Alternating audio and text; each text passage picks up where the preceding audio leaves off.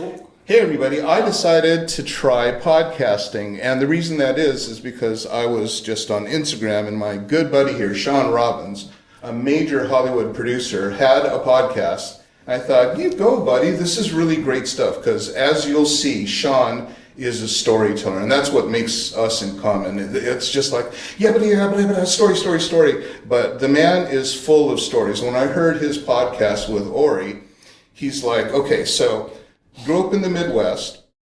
I've known you for years, so I know all this. I'm just tuning everyone in. Grew up in the Midwest, and then he just wanted to see sun. So he went to Jamaica and worked for the Peace Corps, right? A program that the Peace Corps run. Yeah. I lived, worked, and studied in Kingston, Jamaica at a time when it was the most dangerous city in our hemisphere. Yeah, exactly. But I want to disabuse you of one thing. One is I'm not terribly important. And two, just to be clear, I was on someone else's podcast. I don't have my own. Yeah, I know that. It's Ori's. Yes, exactly. I just want to make sure. Yeah. Because I'm a newbie when it comes to podcasts. Yeah, but you're the first. And there's many more. The awesome. People I have, Awesome. It's going to be awesome.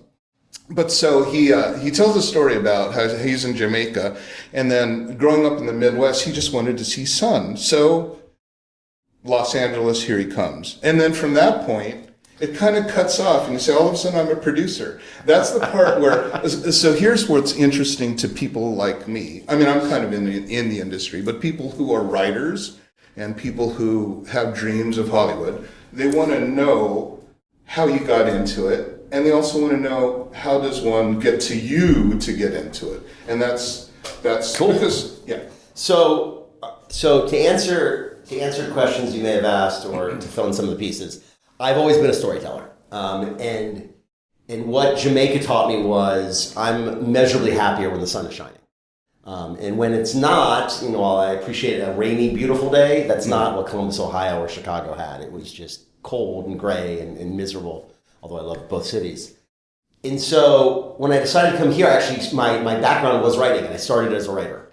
In my two connections to LA at the time, my father was an alcohol distributor. Were the Gallows, and the Gallows were good family friends, and the Bronfmans at the time. Edgar was chairman of Universal. Yeah, and they bought Universal. Exactly. Yeah, and so I actually started as a wine salesman for Gallo in their fine wine division. So I had a white Chevy S10 pickup truck with no air conditioning, which for me is a problem because I sweat. Yeah. And I had Manhattan, Hermosa, Redondo Beach, Torrance, and San Pedro, and I lived in Venice. And I worked from probably 2 a.m. till 8 p.m. Had no life. And was, subsequently when I had moments writing and sold and optioned some things. And I realized pretty quickly that if I continued as a writer, just knowing who I am, I'd either have died of a drug addiction or an alcohol addiction problem. And so fairly soon thereafter, I started reading for other companies, reading their scripts, giving notes. And I was a reader for a company called Angel Arc. And this is when Jason Alexander had a film and production company, production company, Universal. And I would go in, and I would pick up, this is before they would email you scripts, I'd pick up 20 or 30 scripts, and I'd read them and send back my thoughts and pick up another 20 or 30. And I remember I was in the office one time, and he was there. He's like, who are you? And I'm like, oh, I'm Sean, I'm your reader. He's like, oh, cool. And he's like, so do any of those scripts have, certain types of jokes or this, that, and the other? I'm like, no. He's like, oh, you can pass. I'm like, okay, that's easy. And I think at one point he even said, do any of them have dick jokes or something like that. It wasn't just that, to be clear, but... and you were how old at this time? 22, maybe. Okay, so straight from Jamaica. Yeah, cut off the dreads, came to LA. The first thing I did was I bought an Armani tux because I didn't own a suit. But I figured that's the first thing you do when you have just a little bit of something. Exactly. Because I did that too. And I still have it 25 years later. It still looks beautiful. So I read for Angel Arc. I read for William Morris. I read probably my favorite memory of that time was I read a script that I was told that my friend's boss loved, and I had to give it good coverage, and I just refused. Because you could see in the script how great the screenplay could be and how great the movie could be, and yet the script kind of veered off in these weird directions. And so I gave my honest, sort of unvarnished thoughts, and I was never asked to read for that company again. Really? And the producer. Okay, all right. And I'd like to say that I won an Oscar, because the film was American Beauty. Come on! That's one of my favorite films. The film was American Beauty. And listen, I think anyone who has any ability to read a script and kind of intelligently look at what works and what doesn't would say the same things I did. Yeah. But they took all my notes. And they incorporate it into another Every single thing I remember saying about the script. So if you remember the movie starts with voiceover of Kevin Spacey. Yeah. Right? And you're doing a shot over the city. That was actually supposed to be his ghost. You're supposed to see his ghost, essentially, flying over the city. So it wasn't just a voiceover, it was his dead body flying over. Uh-huh. There was as I remember, and it was a long time ago. Yeah. There was a trial that kind of bookended the movie of, did he commit this murder or not? The Chris Cooper gay love affair in Vietnam, as I remember, we went to like a 10-page flashback of it. Okay. And actually, saw it. The scene where the bag's flying around, and this might be hyperbole, but I remember reading it and thinking this scene's like 3 pages long with a bag flying around. It just was stuff like that where you go like, just exercise this and do this and do that. Those are and notes. we've got something great. Yeah. Again, I didn't get the job, but I wanted an Oscar. Now, I didn't want an Oscar now. So I'm doing all this reading, I'm doing all this writing, and what I realized was just the way I work, it was never going to be enough. Like, I like to have a ton of things on my plate. So I hike every day, I work out every day, I've got a daughter who I spend a ton of time with, as a single dad because I'm divorced. I open restaurants, I have 50 or 60 film and TV projects, I'm soon to be published children's book author, I'm writing a book about the 10 times I could have died. And producing allows me that. So very quickly I realized I need a job because I had a beautiful tan.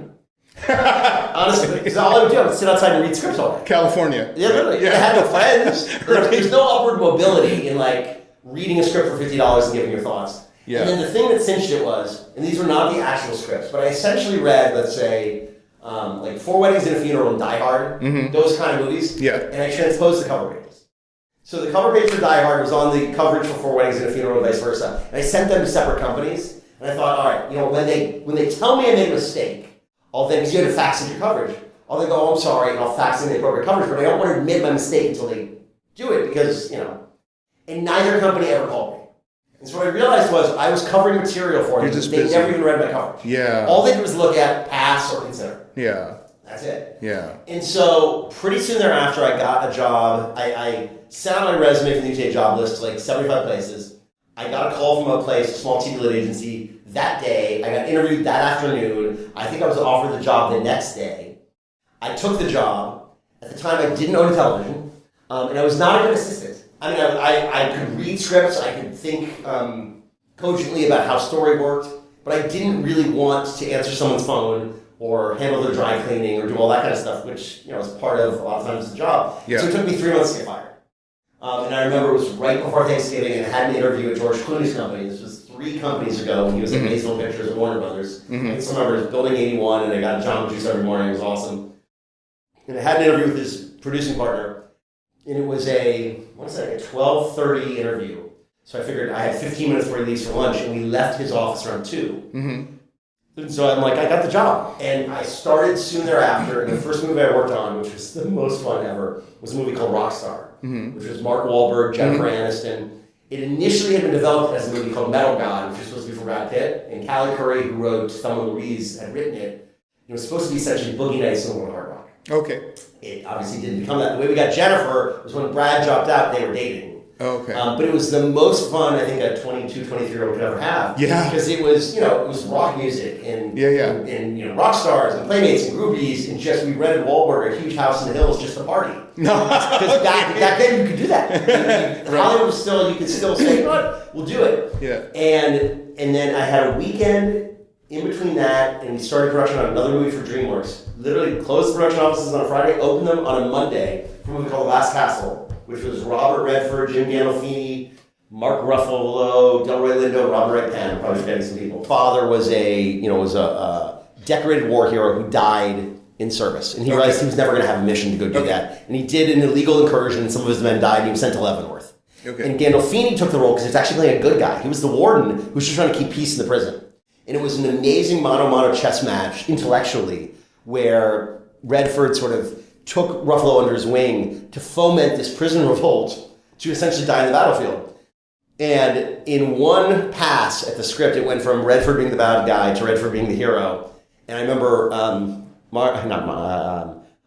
Gandolfini called my boss at the time, and he said something to the effect of like, it was 3 days before we started production, listen, I signed up for this movie because I want to play the good guy. I play the bad guy all the time in The Sopranos. It's just not what I want to be doing. I don't understand his character. And I remember, like, I was supposed to, like, we were leaving for Nashville, and I'd, like, get a big stipend, and, like, I could afford my life, and, like, I want to move to Nashville for a while. It's a cool city. Yeah. I remember I just kind of butted in, like, Jim, here's the thing. The movie was actually greenlit, a lot because of you, obviously Redford too. Yeah. So if you drop out, like 400, 500 people are going to lose their jobs. Yeah. There was just kind of a buzz, like, all right, I'll be there. Which might not have been the nicest thing I've ever done, but I went from a movie which was all partying to a movie shot in an old Tennessee State prison. So when I wanted to get a little bit of peace and quiet, I could either go back to our trailer, or a lot of times I went to, there was it was the former, essentially, death row. Oh, there were 5 cells on each side, and at one side there was what was the electric chair, and at the other side there was a shower. Wow. Which is really morbid, but peaceful. Yeah. And so I did that, and then when George and the producing partner I was working for split, I went and ran that company for 7 years. And what company was that? That was Robert Lawrence Productions. Oh, yeah. So okay. So wait, doesn't John Baldacci, didn't he work for Robert Lawrence? I believe they worked together. Yeah. I don't know if they ever worked at a company together, but I could be wrong. No, he did Pretty Woman, didn't he? Robert did Die Hard 3. He did Clueless. Okay. He did obviously, Rockstar and Last Castle, as I was saying. Yeah. So it was a great time there. Because it's where I think I learned how to do things both correctly and incorrectly. Yeah. I was young and I was willing to take chances, and it was a fun time because it's back. I mean, Hollywood's changed a lot. Let's just say that. It has changed a lot. Even since I've been there. It used to be debaucherous and fun, and I mean, listen, and probably even more so before I was around. Mm-hmm. But there weren't as many rules, there weren't as many issues, or things you had to be thinking about. And then when I kind of figured out that I'd learned everything I could, I went to work at Broken Road, where Todd Garner and I were partners for, I think, 16 or so years and made 27 movies, I think, and 3 TV shows. And we know what they are, but just for the audience. We worked on and produced Mortal Kombat. We did Tag. We did Isn't It Romantic? We did Senior Year. We did Vacation Friends 1 and 2. On the TV side, we did a Bert Kreischer show that was insane. Don't Forget All My Life. We did All My Life. It's one of our favorites. Thank you. Yeah. It was one of my favorites. We did Playing with Fire, which is a particular one that I love because it took me and Todd 15 years to get made, and it was my daughter's, as I talked about. Andy was the writer, right? Andy Fickman was the director. Yeah, the director, yes. But I forgot who the writer was. Dan Ewan was the initial writer. Yeah, Dan. And you guys thumbs upped it. Yep. And then it sat there for almost 2 decades. The iterations of that movie started with Sandler and Kevin James were going to play the characters. Then they went into Chuck and Larry, and our movie was also initially set in New York firefighters. Todd had the good idea to set it in smoke jumping, move it out into the middle of nowhere. Then it was going to be Matthew McConaughey, and he was attached, I think, for a week until somebody called and said he just wanted to play a smoke jumper. He didn't want to play with, do it with kids. My memory is foggy, but I think that was the case. Yeah. Then Sam Jackson wanted to do it. We couldn't sell it. Then Kevin James wanted to do it again. Then Andy Fickman wanted to direct it. And then, as I remember, it was Brian Robbins and Paramount Players was just like, I need a movie for John Cena. Yeah. And the next thing you know, it was on his birthday after 15 years ago. I got to call Dan Ewan and say, guess what? Your movie's been greenlit. Yeah, and it happened to be there. And that's one thing about your interview with Ori was you said that I have a pyramid and I might have 45 projects on the slate. One of mine is still there. And they float to the top based on the universe's timing or who happens to be... So yeah, I mean, to explain, I believe, that I probably have 60 film and TV projects because I'm insane. But if you demarcate like what's active, what's not, what you have to work on every single day, it's never too much. Yeah. And so the base is all the things that need to be lifted up. Yeah. And sooner or later, when they reach the very tippity top and you get a green light and you're actually in production, you go, man, this was fun. Yeah. And what happens invariably is projects will get almost all the way there, they come rolling all the way back down. And it could be your actor falls out, it could be your director moves on, it could be the studio mandate changes or your executive leaves. Mm-hmm. It could be just shifting tides. Mm-hmm. When I started in Hollywood, 50% of the studio slate was comedy. Now it's less than 5%. And so, it's just, sort of, and obviously there was no streaming back then. Yeah. There wasn't YouTube. Yeah. My daughter, who's 9, I almost said 8, but she's turned 9 this past weekend. She spends more time on YouTube watching Mr. Beast or Mark Rober than she does, obviously caring about, the shows that are on ABC or NBC or anything else. So, well, the thing, my son is a huge fan of Mr. Beast, and his managers are a good friend of mine. So he was telling me, because, he calls just out of the blue, and hey, what's going on? I said, well, it's Wesley's birthday coming up. So he sent him a bunch of Mr. Beast merch, right? Oh, that's nice. I was like, going, oh my God, he's the most spoiled kid in the world. Well, anyway.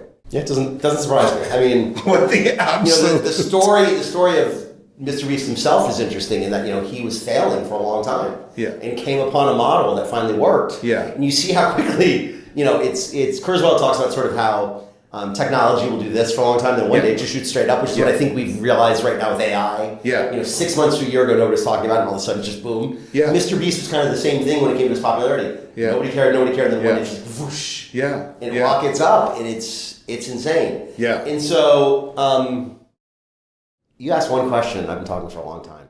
See, I can do this. I know. And so then, cut to today, COVID happens, and I realized that there were stories I wanted to tell that just were never going to be Broken Road movies, that there were things I wanted to do that made more sense to go off on my own. And, it was great. It was, during a time when I was also getting divorced, so it was like, you're refreshing your entire life.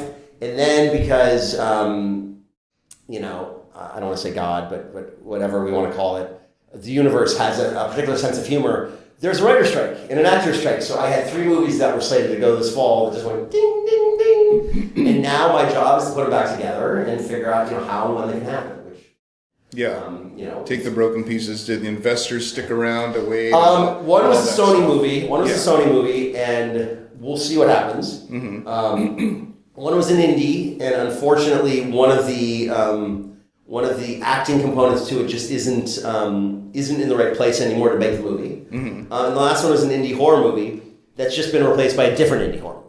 Mm-hmm. So again, if you think about the pyramid, they were here, and then they just start dropping down, but other things always are going to come up. It's very much, that's why Playing with Fire was always on my card, because I knew there was always going to be someone else who could play the role that The Rock or Vin Diesel played.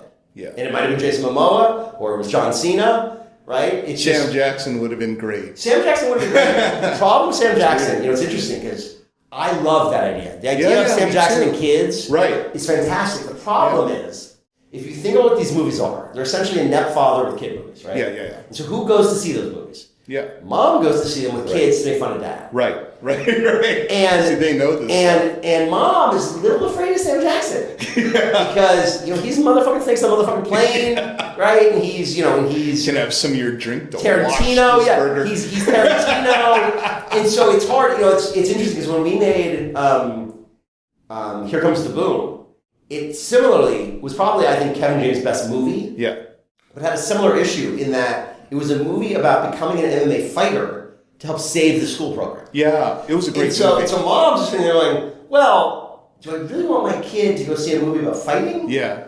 And so it was a little bit of a feathered fish when it came to the idea.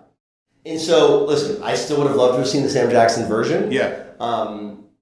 But, I think, again, it's how Hollywood's changed. Yeah. So the marketing team, the foreign, home video, although some of this now is obsolete. Yeah. So many people are involved in the green light where it used to be like you'd have one dude who just had a feeling. And now you have to wait a month before everyone checks the box. Or longer. And I had a movie that went to green light and they said, we're not making a movie. It's like, okay. And they didn't really give us specifics. Yeah. There were no new targets. Yeah. Sometimes when you do that and you go to green light, they'll say, all right, we like the movie, we got to shave $10 million off the budget. Yeah. Or we like the movie, but we have to recast it. Or we don't like the movie, right? Just move on. Yeah. This was one where there weren't really any sort of parameters given, and nothing really changed. And then maybe a month and a half later, like, so you're greenlit. It's like, okay. Yeah. And you have no idea. If you could only hear all the conversations in the background, right? Who knows? And the fun of... Because I got dressed up for you, amazing. Oh, you're wonderful. This is dressed up for me. The fun of what I do is I spend most of my day in a pair of shorts and a tank top. Yeah. And I hike and a rocking chair. I remember that from the Venice. That went to Paramount. You see, I move. Yeah. Right. I'll be honest. I don't sit still well. Yeah. I know that. And so even doing a podcast sitting here, Yeah. I'm like, all right, can we do it? Like, can we be walking on the beach? Next time we can. There you go. Because we got the Zoom mic, so we can do that. Yeah. I love it. Yeah. So, I love motion. Yeah. I love what I do. And ultimately, the fun is a lot of the fun is the battle. Yeah. Of like, you come up with an idea for a movie, or you read a great true story, or you find a book. Yeah. And you have to put all the pieces together. And what's interesting is, what most people don't think about, is the only person on a movie, if you're good at your job and you do it correctly, from beginning to end, is the producer. Yeah, absolutely. That being said, the producers don't have their own union or guild. I mean, there's a producers union, but it's not a real thing. We can't get health insurance. We can't. But that's why the producers accept the Oscar, and people don't know that. They go, "Wait, that was a Brad Pitt film. Why are these guys?" So because I'll come up with an idea, I'll find a writer, I'll work with he or she on the script. We'll put the actors or director in. We'll sell it to a studio or a streamer. I'll be on set every single day. Yes, that's what we do to make sure we're getting what we need, and the people who are paying for it are getting what they need, and the actors, the director, it's your reputation. Again, I love being on set. Yeah. And then you go to post. Yeah. And you've got a whole new battle, and then you've got a whole new writer.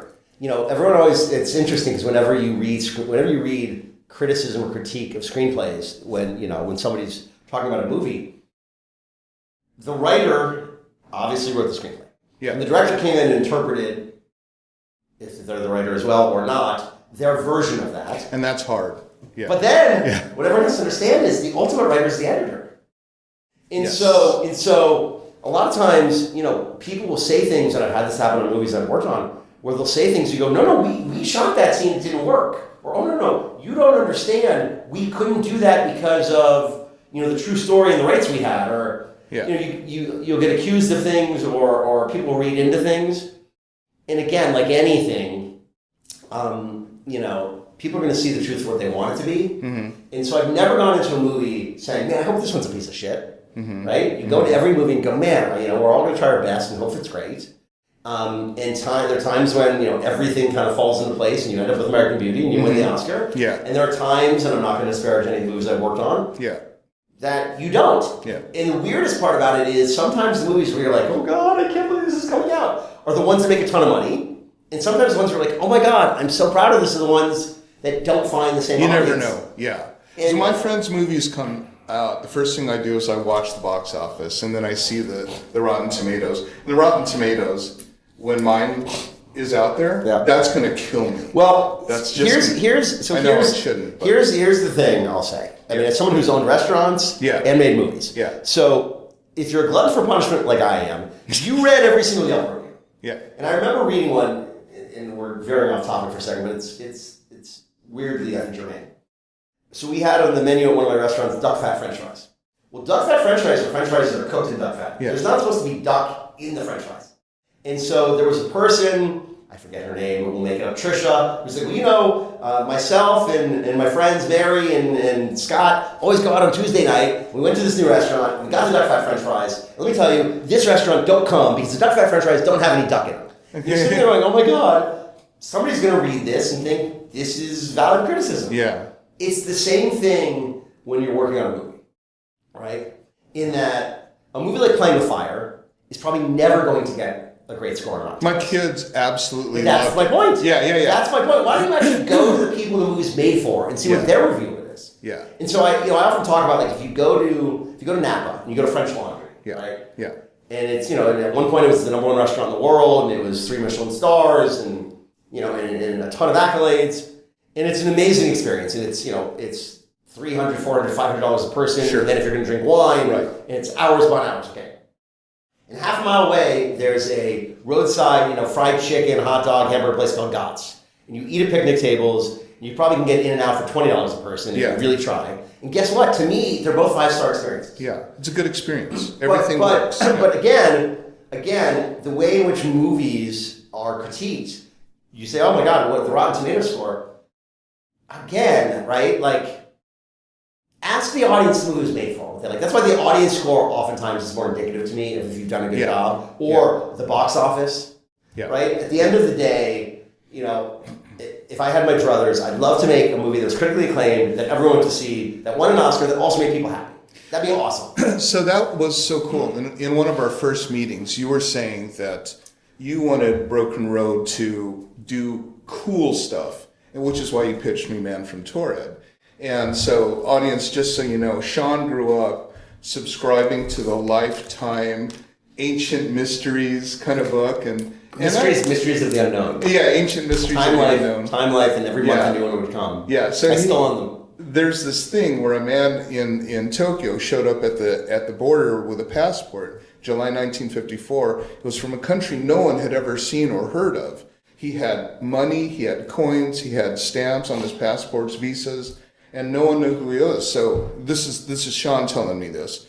They put all of his passports and all his money into a safe. They put him up on the 10th floor of the Tokyo Hilton to just let him wait until they could figure it out.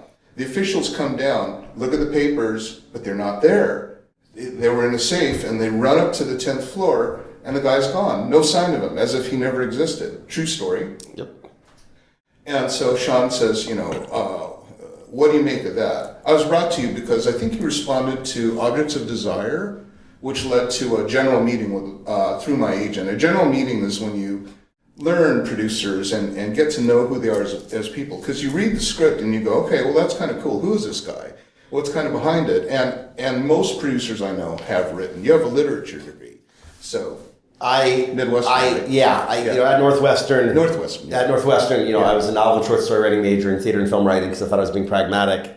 And what I realized, honestly, was I'm really good at first acts and third acts, which if you listen to what I just said, I omitted the entire movie. Yeah, because the movie is the second act. Yeah. And I think it makes me a good producer because when I pitch people things, generally I'll just pitch either a first act or a third act. That's a trailer. And it's a trailer. The setup is the trailer. And so, and I often tell people, because I teach pitching, I say, listen, have you ever watched a trailer and said, this looks like shit, let's go see it? Of course not. Yeah.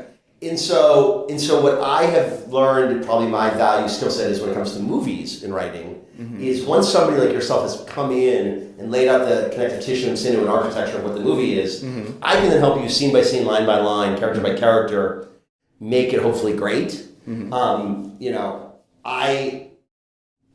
writing I tend to love now is more, what's the right word?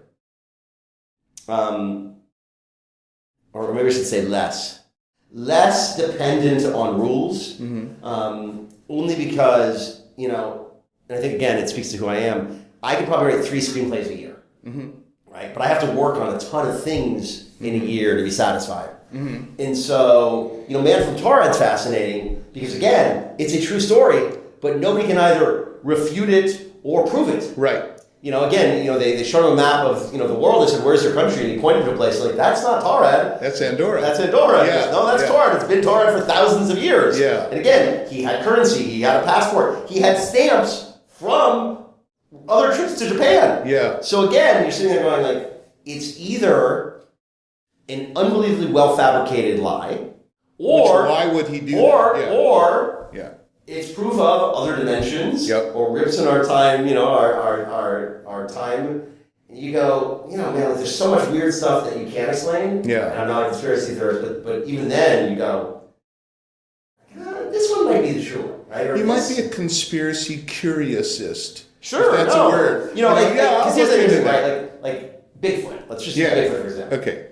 Every time someone's like, we finally have a clear video of Bigfoot, I watch it and go, that's not a clear video. We have state-of-the-art technology. Right. This looks like you filmed it through your toaster oven. Right. And again, something like Bigfoot, I go, well, wouldn't we just find bones? Yeah. Where are the bones? Right. It doesn't feel but then I go would you believe in ghosts? Yeah. That one, the idea of a spirit or an entity being able to sort of survive past something makes sense to me.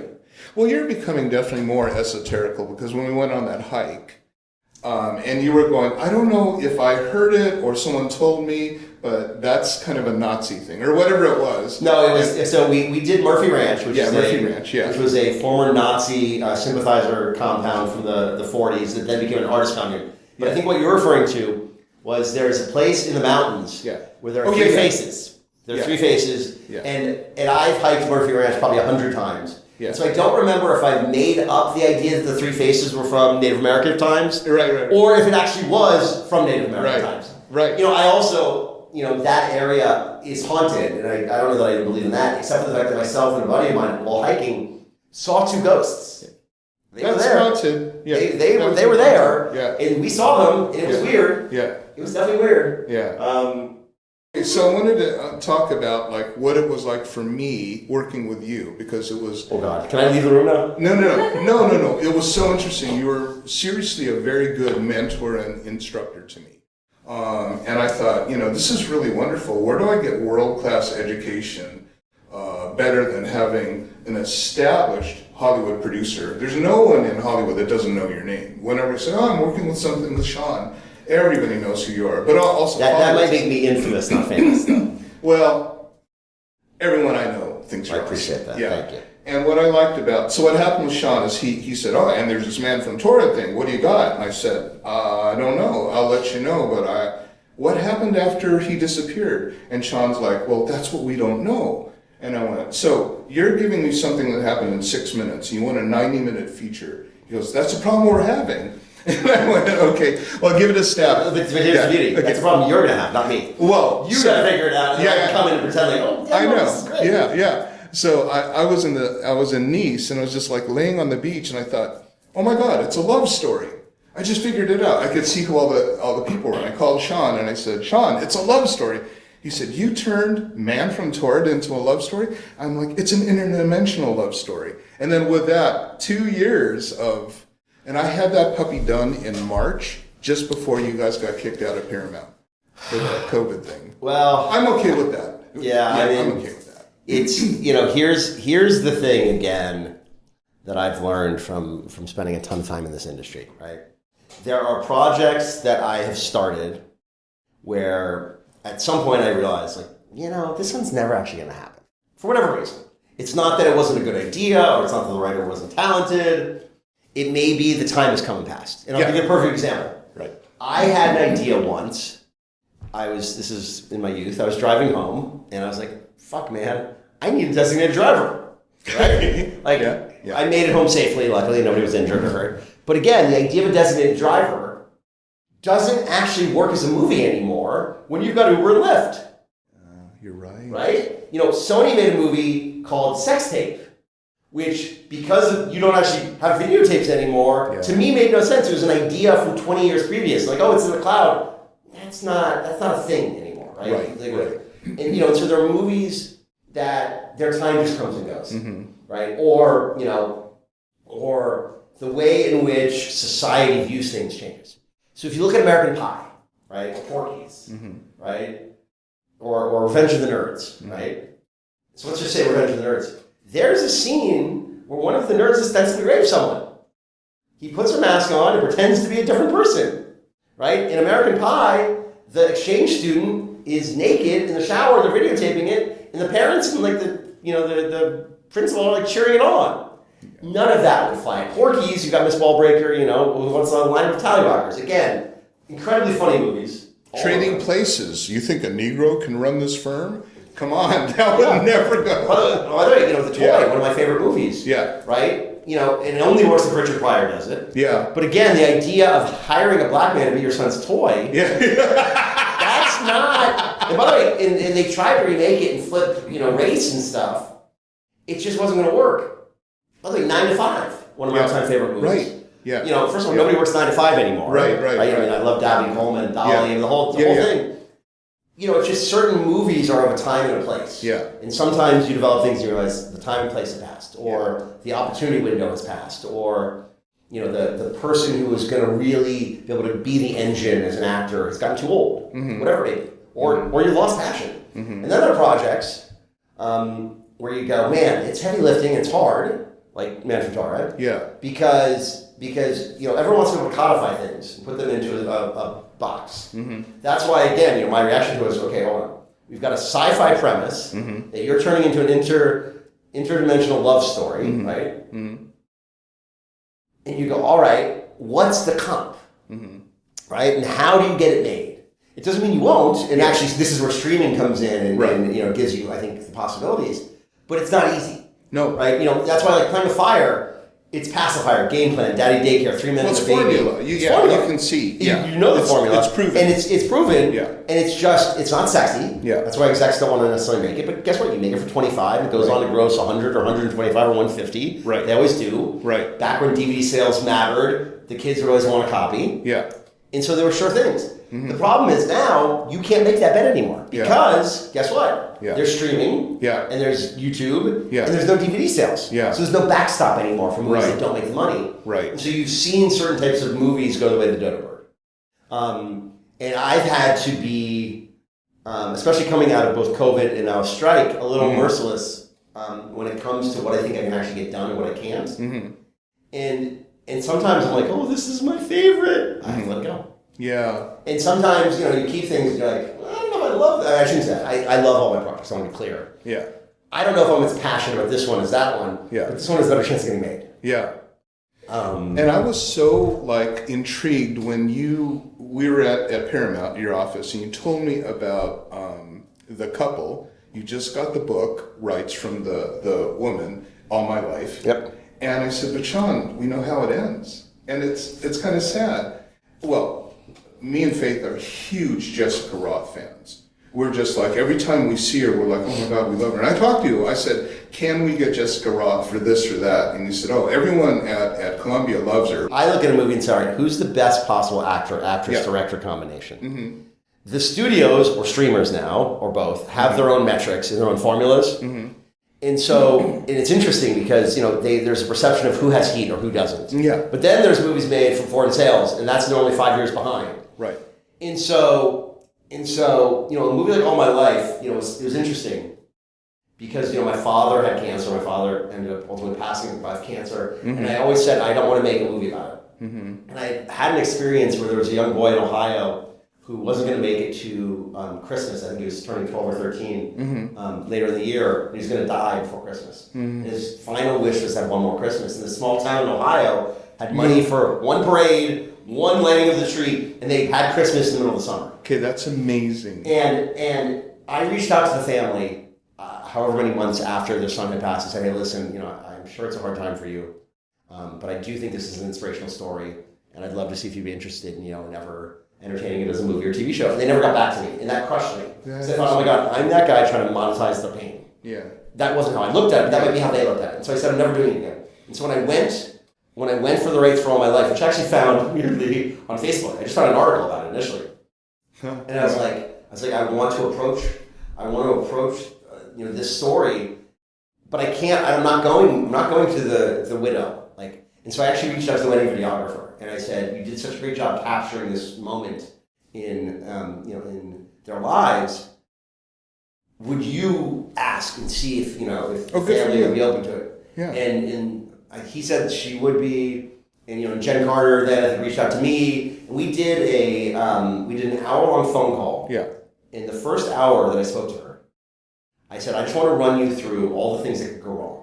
I want to tell you all the reasons not to do this. Good for you. From writers may call you and ask questions that are insensitive. I may pick the wrong writer, make it a bad script, make it a great script, I can't get it made. Yeah. Make it made, you don't like the actor or actress who plays Saul or you. Right. All these things.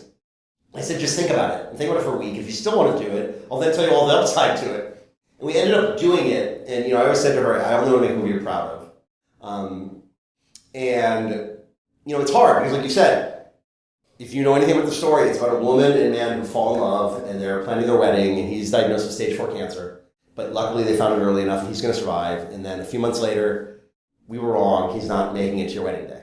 And because of friends and family and strangers who do a GoFundMe, they plan essentially, an impromptu, gorgeous, 4 seasons, Lang wedding.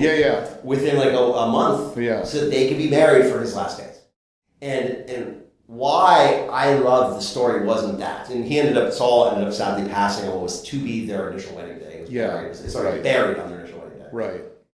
What I loved was Jen Carter's attitude, which was because of friends and family and strangers, I've had this amazing moment with this man I loved. I have to get back now.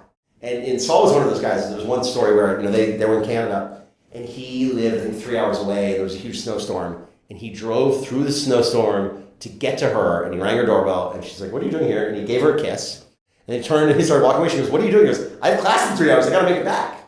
You just go like, man, like, you know, and I have very few rules when it comes to what I'll do.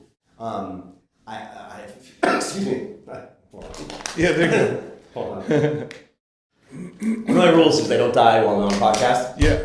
I have very few rules about what I will and won't produce. But there are 2 or 3 that I've lived by for pretty much the entire career. Number 1 is I don't want to be cold. So I will invariably shoot a movie in Boston or Vancouver or even Atlanta in the winter and it's freezing. But I'm not going to make a movie called like Frozen Lake. If you send me a script called Frozen Lake, I'm going to assume it takes place in and around Frozen Lake. I'm out. Right. You know, I saw The Revenant for 5 minutes. I turned it off. I'm like, I get it. Couldn't even watch it? Oh, no. Oh, wow. I can get that one won Oscars and it's freezing. I'm not into it. Okay. That's number 1. Number 2, I don't understand pure fantasy. Mm-hmm. So I could do Ghostbusters, because that's a comedy to me with fantasy elements, but I couldn't do Everground. Yeah. Right? Just dragons. Like, I never watched Game of Thrones. I'm sure it's great, by the way. I'm sure I'd love it if I watched it, but I can't. Yeah. And the last rule, and this one's incredibly important to me, because I feel like there's enough of this already, is I'll never make a movie whose sole purpose is to make you sad.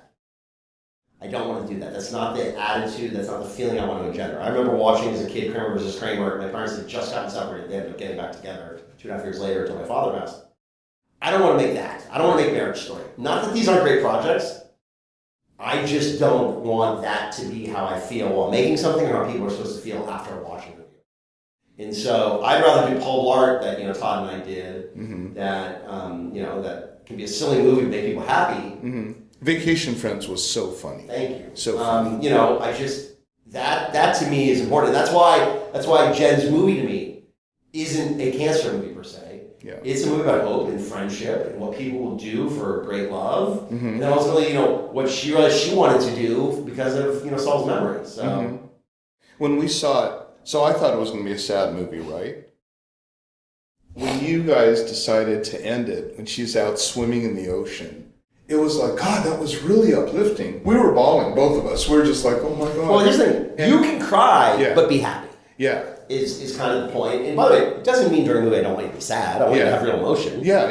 You want to bounce through all of it. Yeah. Get relief before you go home. I just, again, there's enough sadness. There's enough, if you look at, currently what's going on in the world, not to make a polemic about that. We talked about earlier, I lost a dear friend this weekend. Yeah. On the day, here's a weird one. So I lost a dear friend on my daughter's birthday. And if not for this dear friend, my daughter wouldn't exist because he's actually the reason I met my now ex-wife. Oh. So there's some symmetry to it all. Yeah.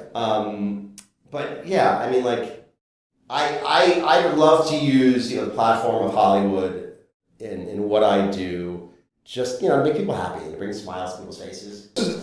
What's so interesting is even though the machine changes, even though the chessboard changes rules, the bottom line is people need stories since caveman days. And I remember when the COVID thing first came out, I called my development friend, Doug Griffin, who works for Tim Story. And I said, God, all this work I put into writing screenplays, and it looks like all the theaters are shutting down and all the productions are shutting down. He goes, Gary, you think that because of a germ that people are going to stop telling stories. He goes, just think of the campfire. And that's what gives people the reason to live. People want to be entertained. Yeah. They want art. They want culture. They want, they want to laugh. They want to cry. They want to be scared. Mm-hmm. Coming out of COVID, there was a survey done about what people wanted. And there were certain emotions. And they wanted to laugh. Mm-hmm. And they wanted adventure. Mm-hmm. And weirdly, they wanted true emotion. I think, in whether or not it's because they felt so much true emotion during COVID or they felt like there was actually a lack of emotion because you weren't with friends and family. I don't know. Yeah.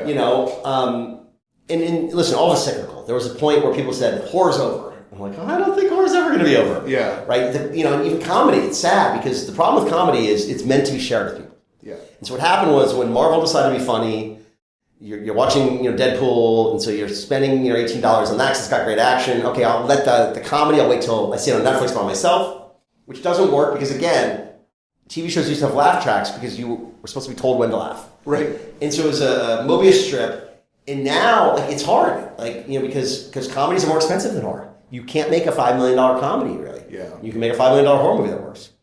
And so, the good news is, irrespective of how it's watched or viewed or downloaded, people are always going to want these things, right? And if they don't, I'm in trouble because I'm too old to go do anything else. So yeah, no, this job is just way too much fun. It's just so much fun. It's still fun. It's still fun. I bitch. It's still fun. It's not as fun as it used to be, but I have a feeling that's a product of my age. That everyone in their 20s is like, this is the most fun ever. And then in your 30s, like, it's fun. And then you're in your 40s, like, it used to be fun. What happened? I think there's a lot of you that's younger since I met you. Oh no, You have more energy. I don't feel my age.